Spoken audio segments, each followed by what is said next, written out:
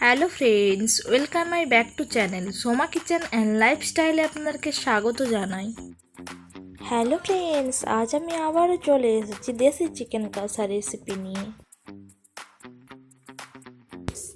আমি উপকরণ নিয়েছি 3টে পেঁয়াজ, 4টে কাঁচা লঙ্কা, 2টো রসুন, 1টে টমেটো আর ধনেপাতা আর আদা নিয়েছি।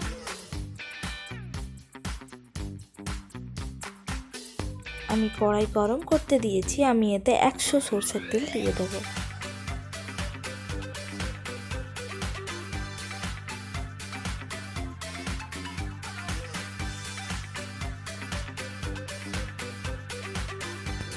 আমি নিয়েছি 1 চামচ জিরে, 6টা শুকনো লঙ্কা আর 3টা দারুচিনি।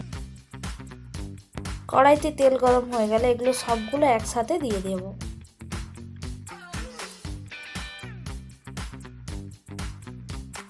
আদা রসুন নিয়েছি, কাঁচা লঙ্কা নিয়েছি, টমেটো নিয়েছি, পেঁয়াজ কুচনো নিয়েছি। এবার আমি কড়াইতে পেঁয়াজ কুচো দিয়ে দেব।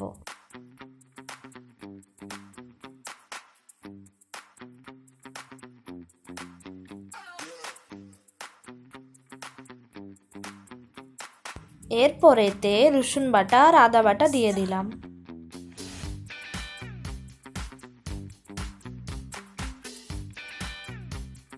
মশলাটা আমি ভালো করে কষিয়ে নেব। চিকেনটা আমি এতে দিয়ে দেব।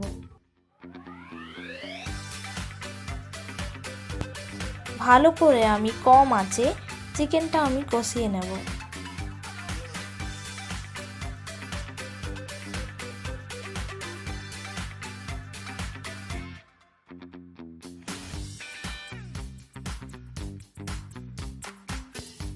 এবার আমি চিকেনটা 2 মিনিটের জন্য ঢাকা দিয়ে রেখে দেব।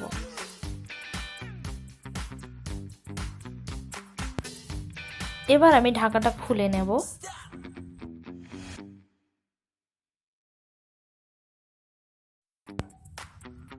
আমার চিকেনটা কড়াইতে কষা হয়ে গেছে। এবার আমি প্রেসার কুকারে দিয়ে দেব। এতে আমি গরম জল 1 কাপ দিয়ে প্রেসার কুকার ঢাকা লাগিয়ে দিয়েছি।